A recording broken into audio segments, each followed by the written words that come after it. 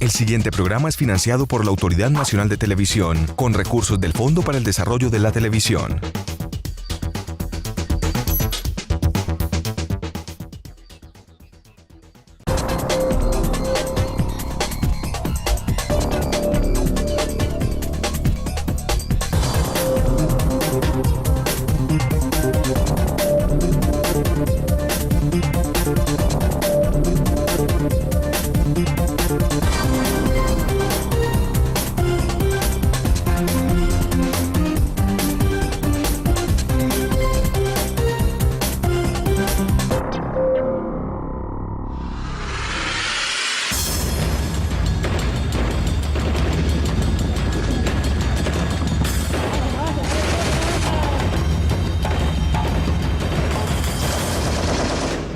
Nosotros siempre hemos dicho no hacemos la guerra por la guerra. Lo que buscamos es eliminar lo que ha generado esa guerra.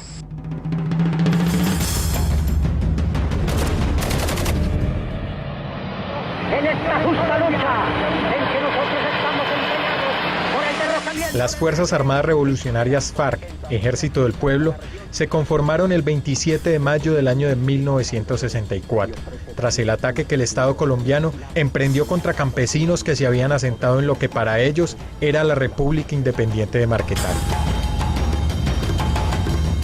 Todo el mundo le ha tocado padecer esta guerra.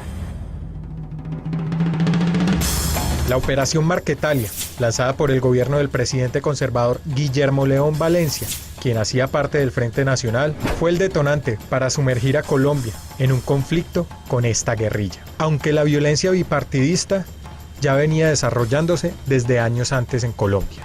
Esta organización no solamente para mí, sino para todas nosotras, para las mujeres guerrilleras y para el pueblo colombiano en general, representa la esperanza. En el 2014 se cumplirán 50 años de conflicto con este grupo guerrillero de no concretarse los actuales diálogos de paz en La Habana, Cuba.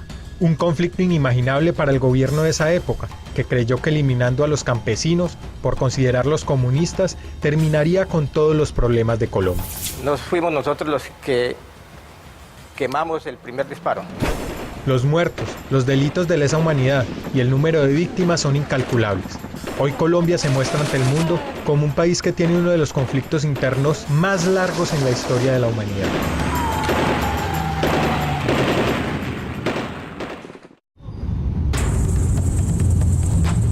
A continuación, en este especial de Infrarrojo, grabado desde La Habana, Cuba, donde se desarrollan los diálogos de paz entre el gobierno colombiano y la guerrilla de las FARC, este grupo insurgente hablará sobre sus puntos de vista del por qué seguimos sumergidos en un conflicto que ya muchos ni siquiera entendemos. ¿Por qué las FARC existe? Pues claro, porque es que nosotros sí tenemos una coherencia en nuestros planteamientos. Nosotros no le mentimos al país. Los titulares son otra cosa, ¿sí? Pero la realidad es terca, la realidad está ahí presente y esa no la pueden cambiar con titulares.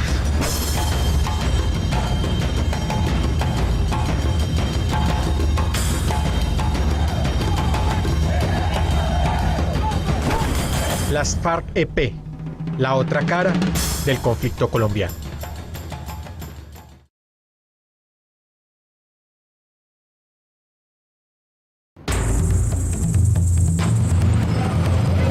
Infrarrojo viajó hasta La Habana para conversar con algunos de los líderes del grupo insurgente para saber de ellos directamente sobre lo que piensan del conflicto, del Estado, el futuro del proceso de paz, el narcotráfico y las víctimas.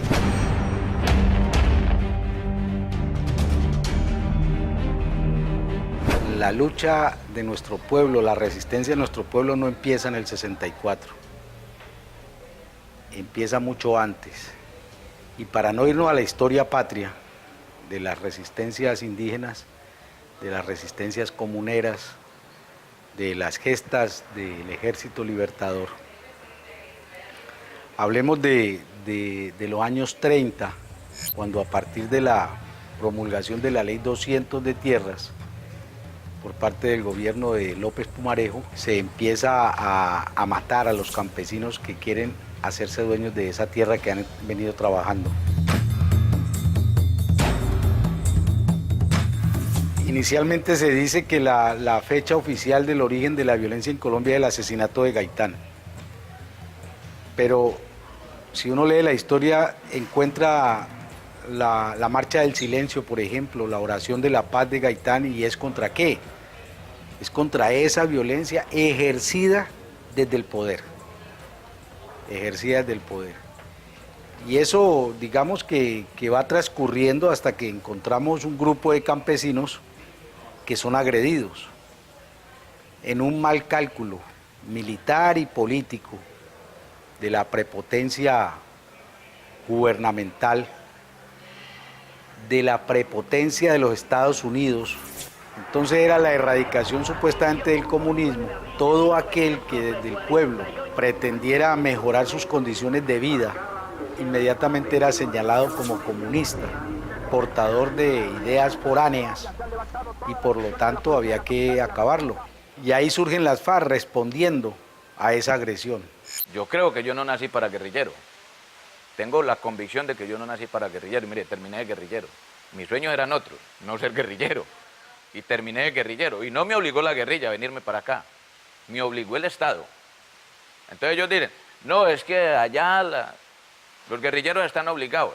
Bueno, pero especifiquen quién los obligó a venirse para acá, porque no es la guerrilla. Aquí 200, 300 hombres obligados y armados no los tiene nadie, pues. En mi caso personal, me refiero, yo tengo militancia política desde muy joven. Estuve en el Partido Comunista Colombiano. En la época de la Unión Patriótica se produce toda esa arremetida criminal, toda esa mortandad de dirigentes y de integrantes de la Unión Patriótica. Sucede lo de Jaime Pardo Leal, lo de Jaramillo, lo de Antequera y de 5.000 muertos más que le siguieron. Y pues eso por supuesto que lo afecta a todas las personas que estábamos de una u otra manera en la actividad política, en el activismo, en el debate político práctico. Y en esa medida pues se toma la decisión, porque también hay persecución hacia la misma persona. Las FARC en este momento no es una guerrilla, no es un aparato armado. Las FARC tiene además unas milicias. Las FARC tiene además, el movimiento fariano se constituye también del Partido Comunista Clandestino, que son hombres y mujeres que comparten nuestras ideas, que comparten nuestra lucha, pero por una u otra razón no son guerrilleros.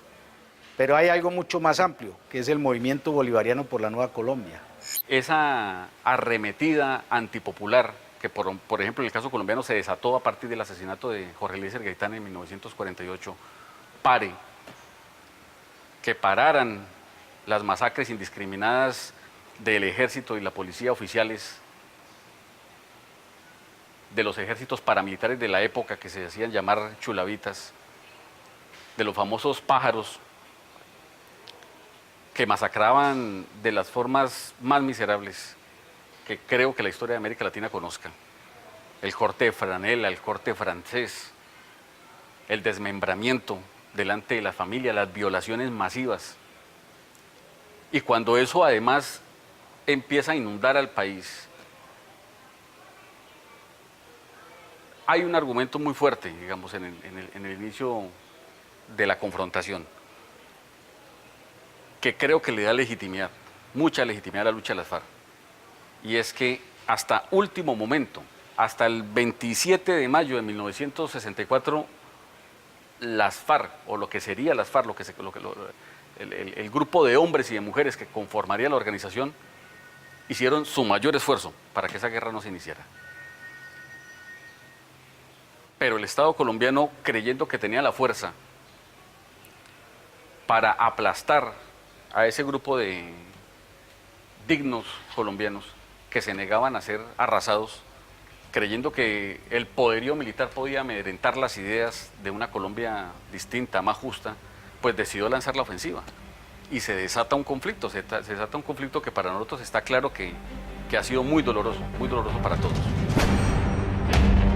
las causas del conflicto. El conflicto en Colombia tiene unas causas que son económicas, son sociales y son políticas. Si en un país hay una gran desigualdad social y hay una exclusión social, pero también no hay democracia, porque hay un sistema y al mismo tiempo hay un sector de esos colombianos que vienen haciendo y acumulando capital a través de la misma violencia y negándole los derechos a una gran mayoría de colombianos, le han restringido las posibilidades de participación política a esa gran mayoría de colombianos. En Colombia, los grandes dueños de la tierra se han hecho a esas tierras a través de la violencia. Nosotros no somos violentos por la naturaleza. Nosotros somos una respuesta hacia la violencia, es decir, nosotros somos consecuencia de esa violencia. Por eso hasta que no se eliminen y no se superen esas causas, pues no desaparece el conflicto. La paz es la única posibilidad que nos permite a nosotros los colombianos desarrollarnos y tener un país más próspero.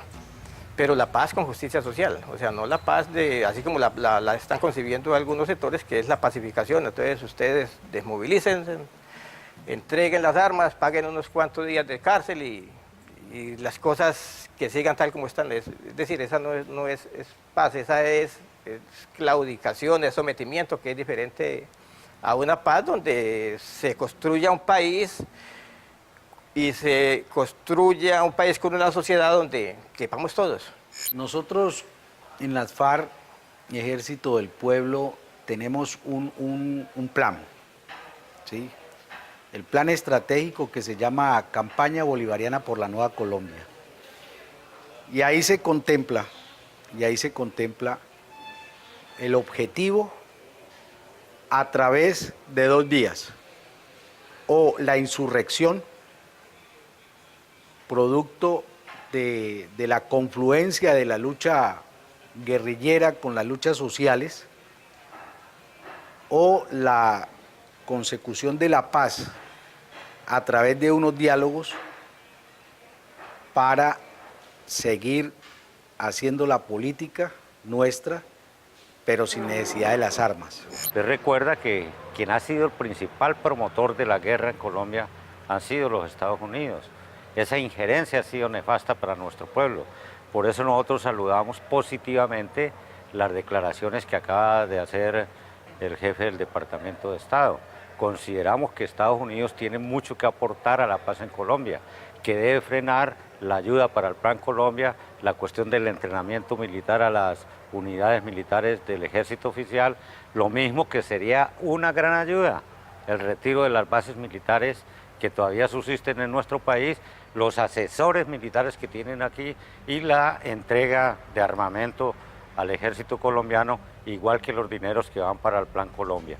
Estos dineros podrían aportarse para el desarrollo y el bienestar de la sociedad colombiana. ¿Por qué irse a la guerra? Nosotros vivíamos en una región que se llamaba el Magdalena Medio. En esa región del Magdalena Medio hubo un grupo de paramilitares que se llamó el MAS, un grupo que fue conformado por la 14 Brigada en esa época, con un general que se llamaba el general Farul Yanine Díaz. Y ese grupo que se llamaba el MAS comenzó a matar a todos los campesinos que estaban en determinada región del Magdalena Medio, el Puerto Boyacá, Puerto Berrío, Yondó, Puerto Nare, la región de Cimitarra, es decir, a ambos lados del río Magdalena. Eso se volvió tan difícil que la gente, los que no se fueron, les tocó integrarse a la organización armada. A mí me obligaron en ese tiempo. Entonces hay mucha gente que no tiene alternativas, se les cierran todas las posibilidades y bueno, llegan porque el sistema, el régimen los impulsa a empujar para cualquier parte. Unos van al ejército, otros van a los paramilitares y otros llegan a la guerrilla, de acuerdo al nivel de conciencia que tengan y de acuerdo a la influencia de determinada organización que se mueva en esa región.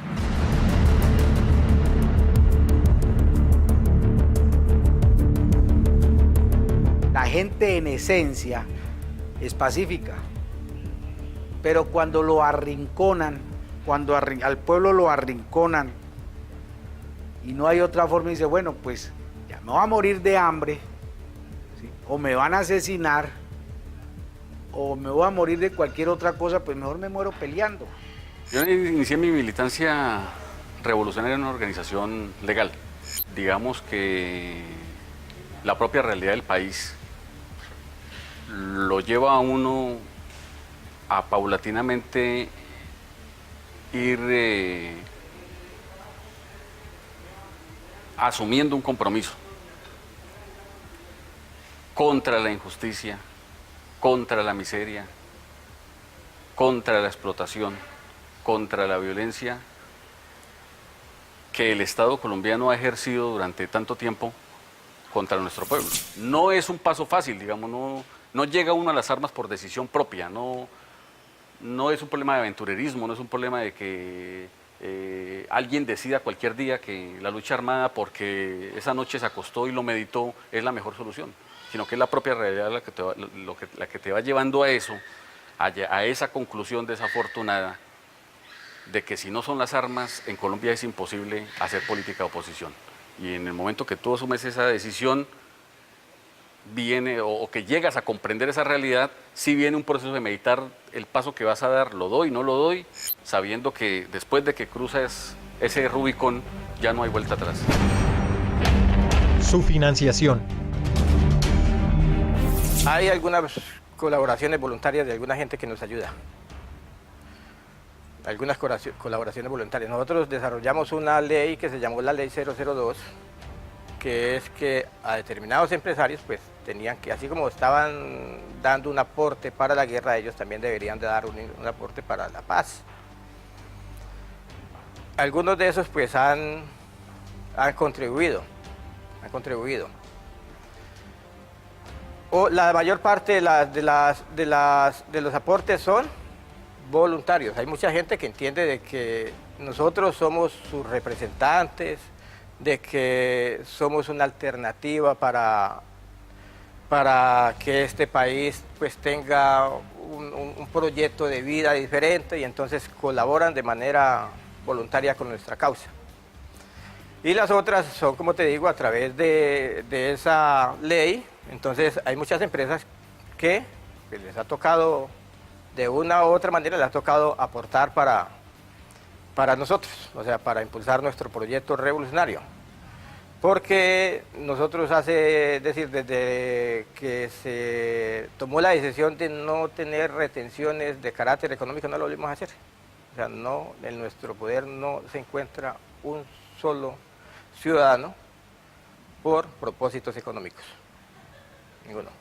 Bueno, y de pronto hay otras inversiones que hay por ahí, inversiones que están por ahí, ruedan por ahí. Cuando la economía del lugar gira en torno a los cultivos de uso ilícito, pues se cobran unos impuestos, como los impuestos que pagan los tenderos al gobierno, como la limosna que le dan a la iglesia.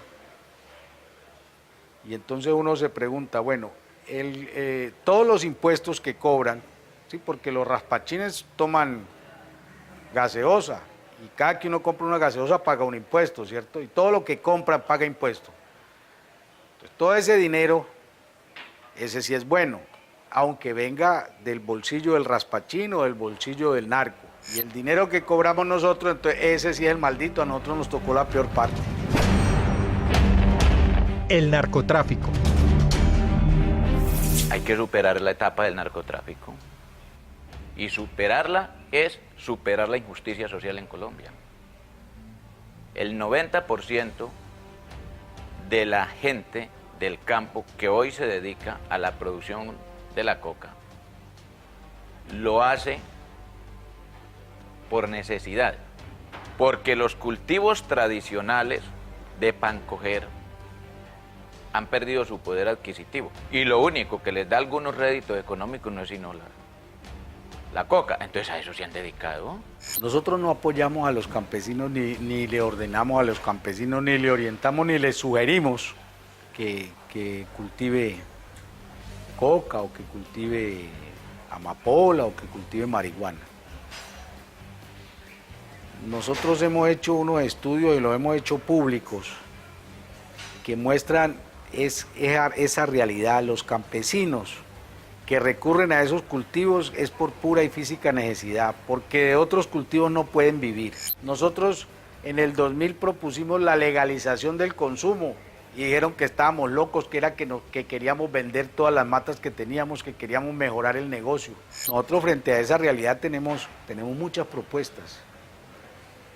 La sustitución de cultivo, nosotros decimos, hombre, dele la posibilidad al campesino que viva de lo que cultiva. Esa es la idea frente al tema del narcotráfico, que nos han dicho, nos seguirán diciendo, porque es que eso es uno de los problemas de esta guerra, ¿sí? Que es el manejo de la calumnia, el manejo de la estigmatización, el manejo de la satanización, del contrario, ¿a través de qué? No a través de la realidad, sino a través de los medios. El narcotráfico es decir, es inherente al capitalismo.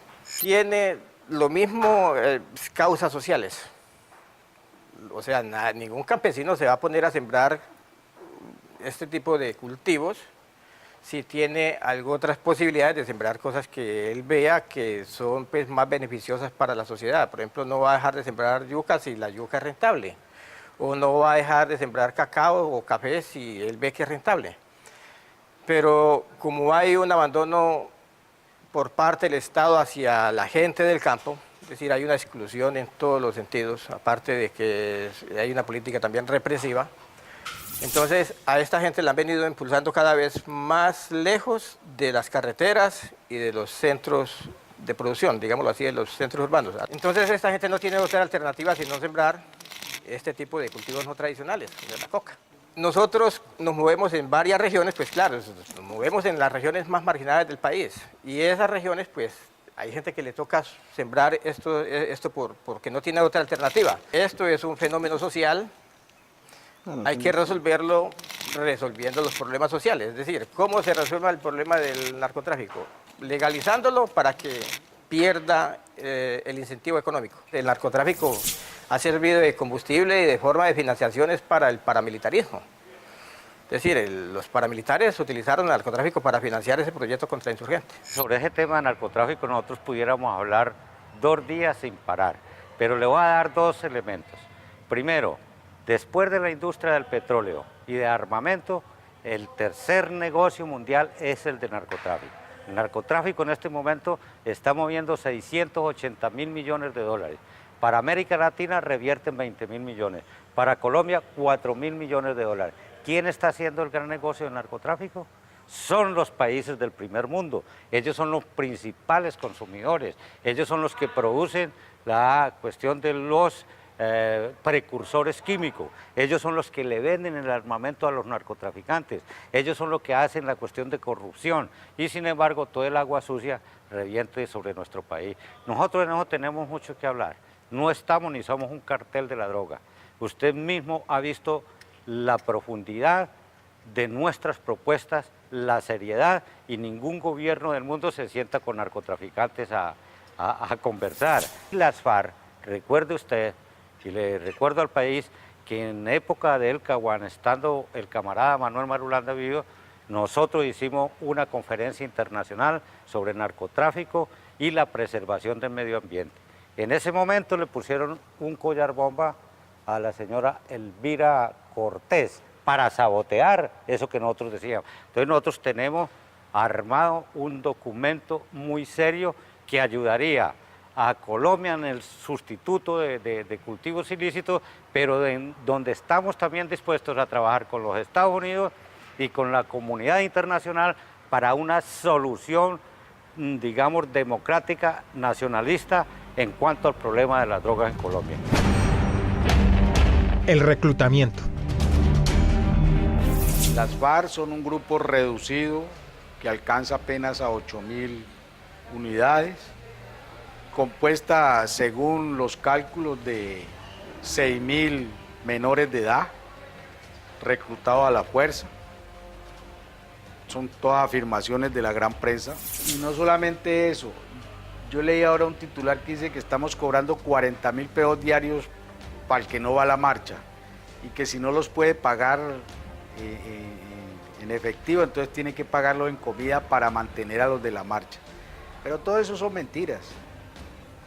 Eso es, o sea, uno no puede obligar a nadie a hacer lo que no quiera, porque o lo hace mal hecho o no lo hace, se vuela. Eso es lo mismo que el tal reclutamiento obligatorio, forzado, eso no lo puede hacer. Nosotros a nadie reclutamos de manera obligada, es decir, es difícil que a usted se lo lleven para una organización armada, donde vas a estar armado y que te tengan obligado, pues te tendrían que tener desarmado y amarrado, en el caso de nosotros, es decir, detenido. En Colombia la burguesía tiene una doble moral, porque dice de que les duelen los niños, pero entonces uno ve que la gran mayoría de los niños no tiene posibilidad de estudio. La gran mayoría de los padres de esos niños no tienen posibilidad de trabajar, no tienen tierra. Entonces son niños que están sufriendo pues una situación muy terrible, el hambre, la desnutrición. Hay muchos niños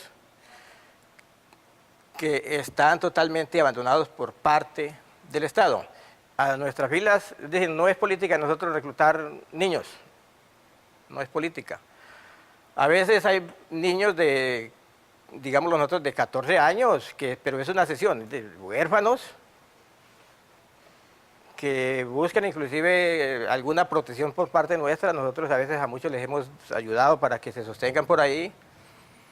Han perdido a sus padres, a sus familiares, han quedado ambulantes, entonces llegan, pero no es una política nuestra, es decir, es una excepción de 1001, podríamos decir, de 1001. Nosotros reclutamos jóvenes de 15 años y medio, 16 años, ya más o menos con cierto uso de razón, pero que tengan cierta actitud mental y físicamente, pero no niños. Inclusive el ejército trata de bregar a infiltrar adolescentes y niños a nuestras organizaciones adoctrinados para que lleven información, pero nosotros no es nuestra política. No es nuestra política reclutar niños. Por eso tiene que responder el Estado. El cese al fuego. Es que ese es el problema de dialogar en medio del conflicto. Y además es el problema que se nos presenta porque se tergiversa y se manipula la realidad. Son acciones de guerra. Estamos en guerra, pues son acciones de guerra, ¿sí? ¿Qué podemos hacer? Insistir en que se cree un medio ambiente para la paz, firmando una tregua, acordando una tregua bilateral, ¿no? Para que no haya acciones de guerra y ahora sí, quien cometa ese tipo de acciones, quien haga ese tipo de acciones, pues entonces que responda. Pero mientras tanto no es posible. Mientras tanto lo que se convierte eso son en pretextos, porque ¿quién califica si hay una acción o no una acción de guerra? Es que no es posible seguir entonces 30 guerrilleros dados de baja y al otro día 5 soldados asesinados, si son acciones de guerra, ¿no? Entonces, ¿cuál es la solución? Hombre, vamos a mirar la tregua, vamos a ponernos de acuerdo para que no haya acciones de guerra. Las FARC son conscientes de que a la fecha no hay vencedores ni vencidos y que la lucha continúa. No de otra manera se puede interpretar el empecinamiento del señor presidente Santos en no aceptar la tregua bilateral que desde nuestras filas le hemos propuesto con generosidad y patriotismo. Las víctimas. Las FARC jamás ha tenido como filosofía atacar a la población civil. Si en algunas circunstancias han habido víctimas civiles por acciones de las FARC, han sido circunstancias que se nos salen de las manos, que no han sido premeditadas.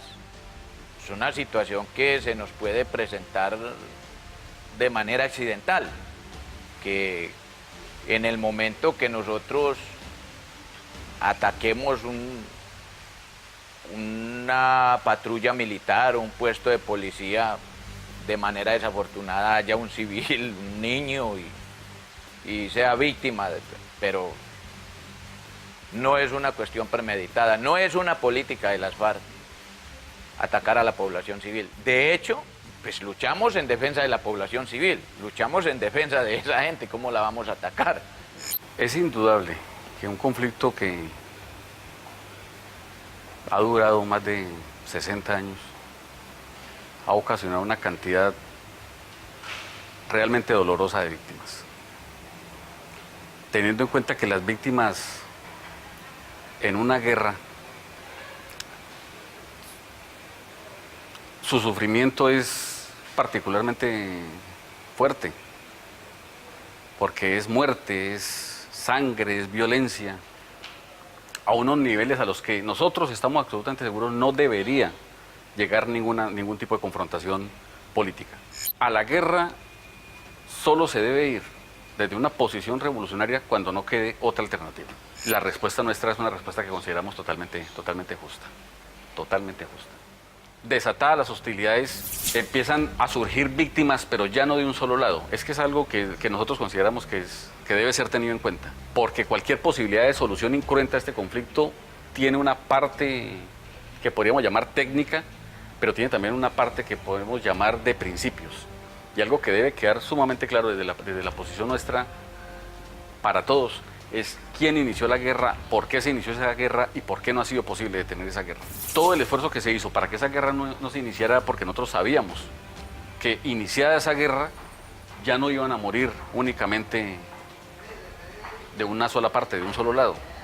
Cuando se inicia una guerra, dicen que cuando se inventaron las armas se equipararon los hombres.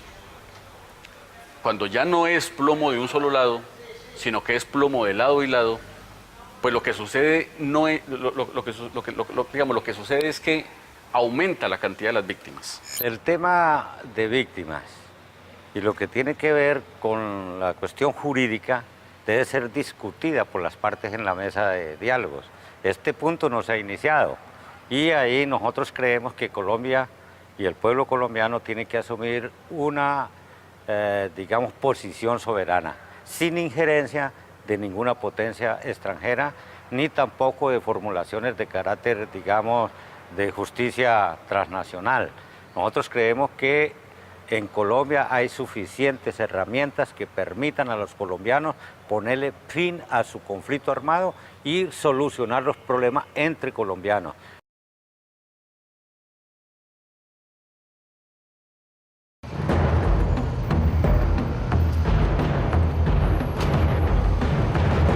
El pasado 23 de agosto, las FARC-EP hicieron un receso en la mesa de diálogos con el gobierno debido a que este último presentó un proyecto de ley para que el pueblo colombiano refrendara lo que se acordara entre las partes en La Habana frente a un eventual proceso de paz. La delegación de paz de las FARC-EP ha decidido hacer una pausa en la discusión de la mesa para centrarse exclusivamente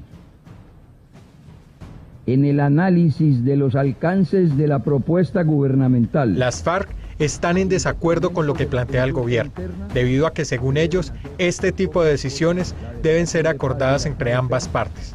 Las FARC-EP plantean, en cambio, una nueva constituyente. Nosotros no estamos proponiendo una Asamblea Nacional Constituyente para volver la Constitución al revés, tampoco para hacer una Constitución socialista, ¿no? Porque sabemos que en la mesa no hay revolución. Pero así como tenemos claro que en la mesa no hay revolución, también tenemos claro que en la mesa no nos van a derrotar. Los diálogos son producto de que no hay ni vencedores ni vencidos. Entonces vamos a acordar, hay que hacer unos cambios. Entonces, ¿qué vamos a cambiar de la Constitución? Hemos hecho propuestas. El tema económico, por ejemplo. No es posible seguirle dando espacio al neoliberalismo. No es posible, es que eso no tiene lógica. Cada día los ricos son menos en número, pero son mucho más ricos en sus chequeras, en sus capitales. Y los pobres somos más pobres en cantidad y más pobres de bolsillo. Hacen parte de la agenda como componentes de puntos. Nosotros estamos aquí por la paz, nosotros queremos la paz, nosotros no nos hemos casado con la violencia ni somos los propulsores de la violencia, somos consecuencia de la violencia por parte del Estado. Y si nosotros estamos aquí es porque somos optimistas con relación a eso, es decir, la gente, en la medida en que las sociedades van avanzando, pues van viendo de que la paz es la única posibilidad que nos permite a nosotros vivir reconciliados. Yo creo que nosotros necesariamente el país tiene que empezar a desarrollar una pedagogía de la reconciliación. No podemos vivir en violencia por los siglos y de los siglos. Esa mala pedagogía de la venganza, el rencor, inclusive alimentado por algunos medios de comunicación, ha generado la prolongación del conflicto en Colombia, si se quiere. Este proceso de paz no es solo de las FARC, es de todo el pueblo colombiano, es de todo el país. Y por este proceso tenemos que luchar todos los que queremos a Colombia, los que creemos en Colombia y los que queremos y creemos en la paz de nuestro país. ¿Qué más quisiéramos nosotros que fuera ya? Es posible en la medida en que todos los sectores que anhelamos la paz se pronuncien, participen de manera activa, la busquen por distintas formas, en la calle, en los pronunciamientos, en el apoyo al proceso propiamente dicho. En esa medida en que se le lleve a la clase que tiene el poder en este país, a los que no quieren la guerra, a que se sometan a los que no quieren la guerra, yo creo que sí es posible alcanzar la paz. El tiempo ojalá fuera el más corto, pero posible sí es. Por supuesto que la invitación nuestra es a todos los colombianos y colombianas a que crean en este proceso, pero más allá de que crean como tal, es que crean en la voluntad que nosotros tenemos de alcanzar una verdadera paz con justicia social. Nosotros estamos aquí mandados por la organización es precisamente a eso. Hay un compromiso serio, hay una voluntad real. Y desde un principio nuestro comandante, el camarada Timoleón Jiménez, dijo, vamos a la mesa y no nos vamos a parar hasta que no logremos el objetivo de la paz con justicia social. Nosotros de verdad nunca hemos dicho eso.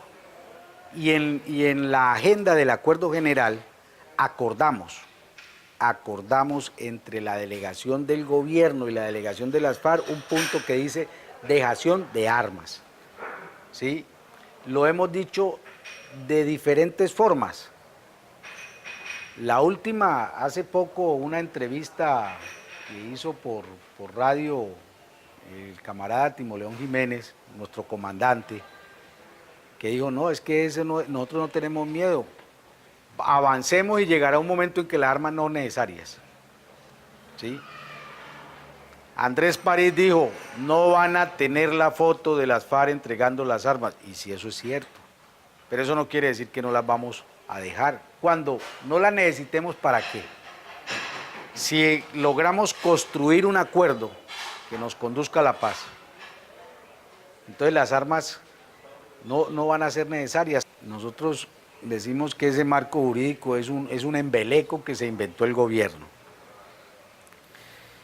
Pero es un embeleco que se inventan para poder manejar una parte importante de este proceso, que es el tema jurídico, ¿sí? Para tener cómo manipular las conversaciones. Entonces nosotros decimos, y lo venimos diciendo incluso desde el encuentro exploratorio, decimos, nosotros no vamos a tener nada que ver con ese marco jurídico. Nosotros decimos todas las definiciones que tengan que ver con ese tema y con todos los temas deben de ser producto de acuerdos en la mesa. Ningún proceso de paz en el mundo ha terminado con alguno de los protagonistas en la cárcel. Ninguno. Y la sabiduría popular dice, o todos en la cama o todos en el suelo. Ese marco jurídico, esa justicia transicional, entonces, ¿cuáles son los responsables de la guerra? ¿Cuáles son los responsables de los daños causados a personas?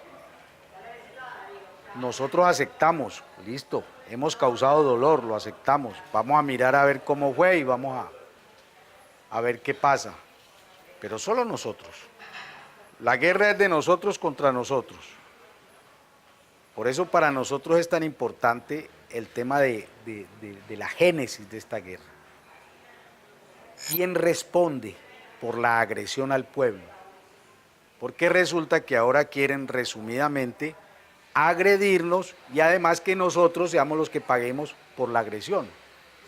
Y eso no tiene lógica, eso no tiene sentido. Trabajemos en la reconciliación de la familia colombiana. Hagamos el esfuerzo por resaltar lo que nos une, lo positivo. Dejemos lo que nos desune para después, para cuando ya haya fuerza de unidad, podamos empezar a solucionar esas diferencias.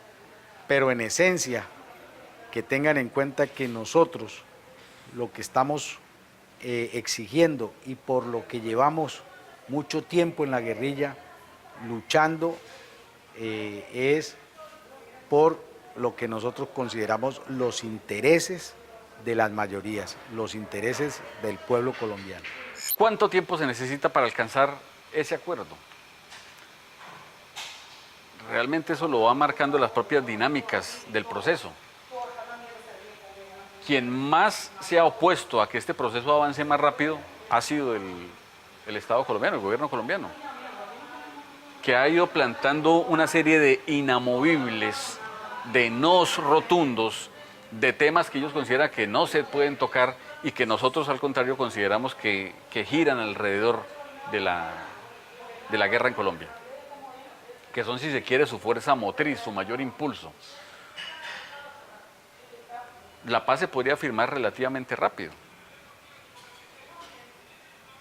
Si un día cualquiera se asume una decisión de hacer una reforma agraria que realmente beneficie al conjunto de los pequeños y medianos productores colombianos. Dificultades como en todo lado las tienen que haber, porque es un proceso largo de una confrontación de 60 años, pero hemos ido buscando partes de acercamiento, puntos de coincidencia entre el gobierno y las FARC. En el punto de tierras logramos evacuar una gran cantidad de puntos y ahora en el de participación política hemos venido acercándonos. Este es un tema que interesa al país porque se trata de la democracia en profundidad. Y desde luego hemos tenido un intercambio de documentos con el gobierno, varias reuniones y seguimos avanzando y creo que vamos buscando un punto de acercamiento importante. El país no debe desesperarse en la cuestión de los tiempos. Lo importante es lo que se está produciendo y los documentos que estamos acordando, que son de suma importancia y que oportunamente el país podrá conocer. Nosotros creemos y peleamos por la vida. A nosotros nos impusieron esta guerra. En ella obviamente ha habido víctimas de parte y parte.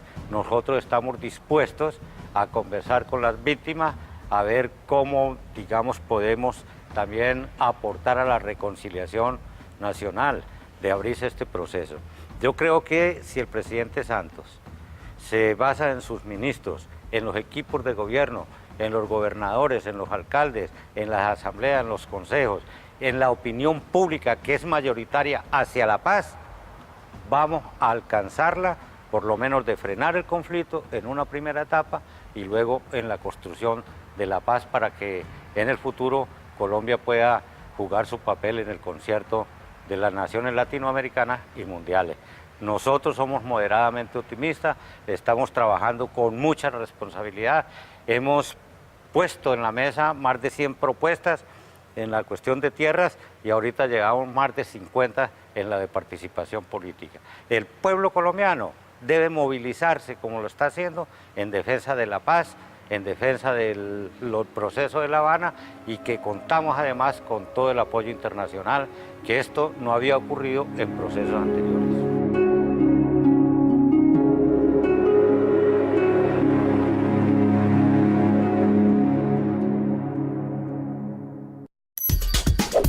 El anterior programa fue financiado por la Autoridad Nacional de Televisión, con recursos del Fondo para el Desarrollo de la Televisión.